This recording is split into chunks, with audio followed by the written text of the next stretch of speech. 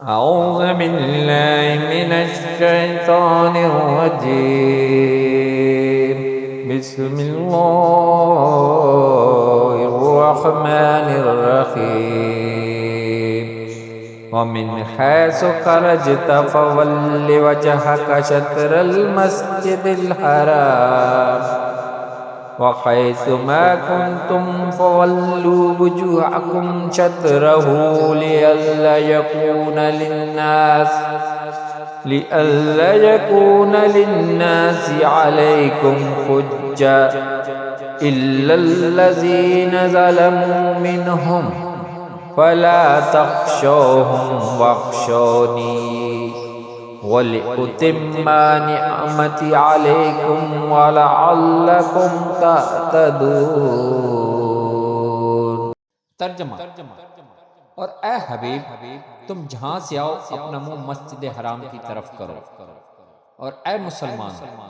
تم جہاں کہیں ہو اپنا منہ اسی کی طرف کرو تاکہ لوگوں کو تم پر کوئی حجت نہ رہے، مگر جو ان میں سے نا انصافی کریں تو ان سے نہ ڈرو اور مجھ سے ڈرو، اور تاکہ میں اپنی نعمت تم پر مکمل کر دوں اور تاکہ تم ہدایت پاؤ۔ سورۃ البقرہ آیت نمبر 150 کی تفسیر۔ وَمِنْ حَيْثُ خَرَجْتَ، اور تم جہاں سے آؤ۔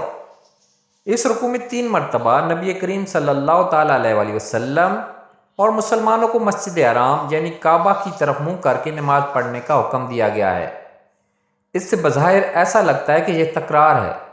لیکن در حقیقت یہ تکرار نہیں، کیونکہ ہر بار کے حکم کی علت جدا ہے۔ پہلی بار جب نماز میں مسجد حرام کی طرف منہ کرنے کا حکم دیا گیا تو اس کی علت یہ بیان ہوئی کہ اللہ تعالیٰ نے اپنے حبیب صلی اللہ تعالیٰ علیہ وآلہ وسلم کی رضا جوئی کے لیے مسجد حرام کو قبلہ بنایا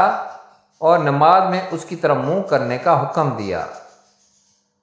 اور دوسری مرتبہ جب مسجد حرام کی طرف منہ کرنے کا حکم دیا گیا تو اس کی علت یہ بیان فرمائی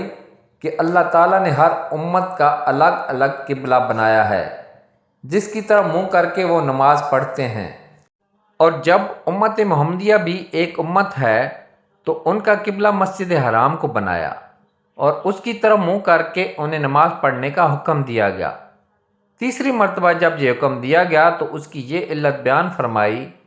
کہ قبلہ کے معاملے میں یہودی مسلمانوں کے خلاف حجت قائم نہ کر سکیں۔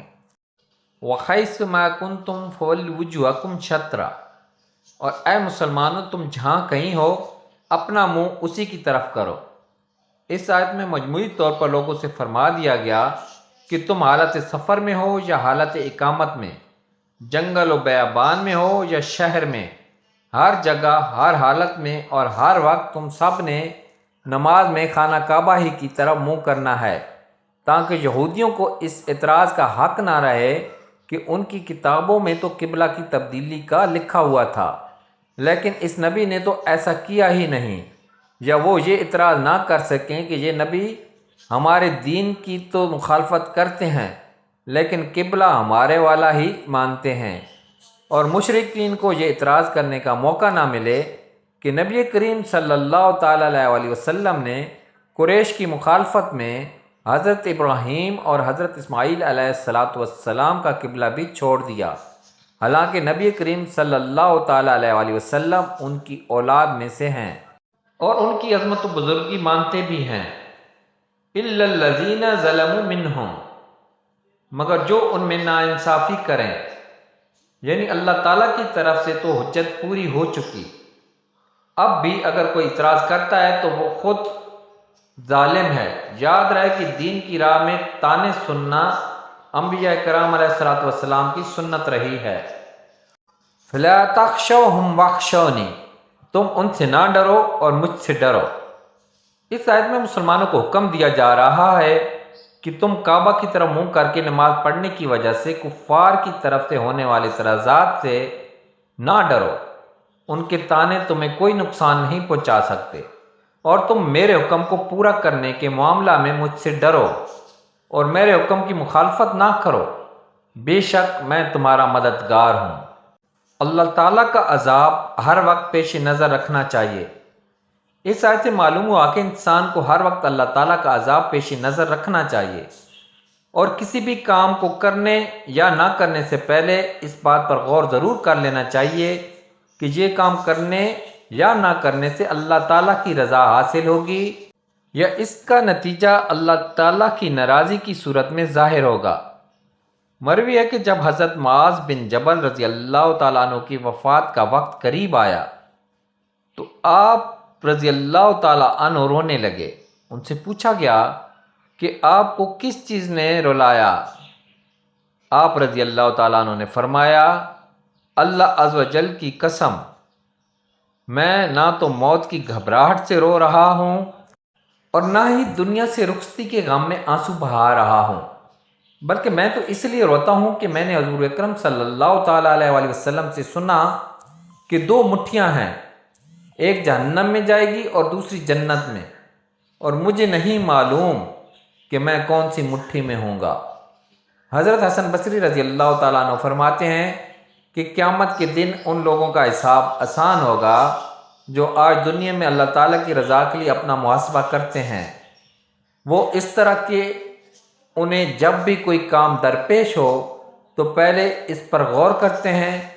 پھر اگر وہ کام اللہ تعالیٰ کی رضا کے لیے ہو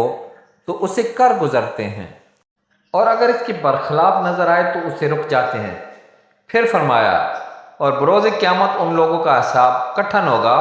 جو آج دنیا میں عمل کرتے وقت غور و فکر نہیں کرتے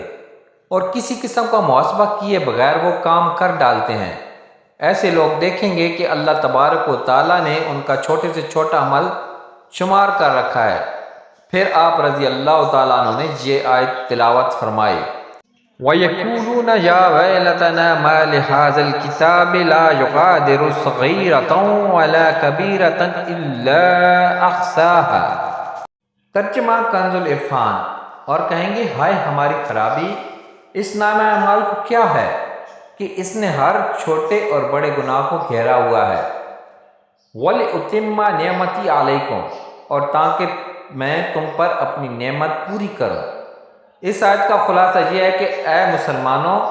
جس طرح اللہ تعالیٰ نے اپنے حبیب صلی اللہ تعالیٰ علیہ وآلہ وسلم کو تمہارا رسول بنایا، جو کہ تمہارے سامنے حق کی طرف ہدایت دینے والی آیتیں تلاوت فرماتے ہیں،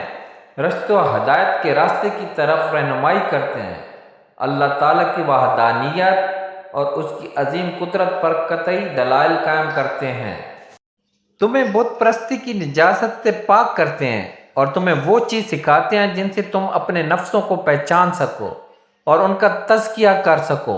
اسی طرح مستقل طور پر تمہارے لیے بیت اللہ کو قبلہ بنا دیا تاکہ اللہ تعالیٰ تم پر اپنی نعمت پوری کرے۔ گویا جیسے مسلمانوں کا نبی جداگانہ تھا، ایسے ہی ان کا قبلہ بھی جداگانہ ہو گیا۔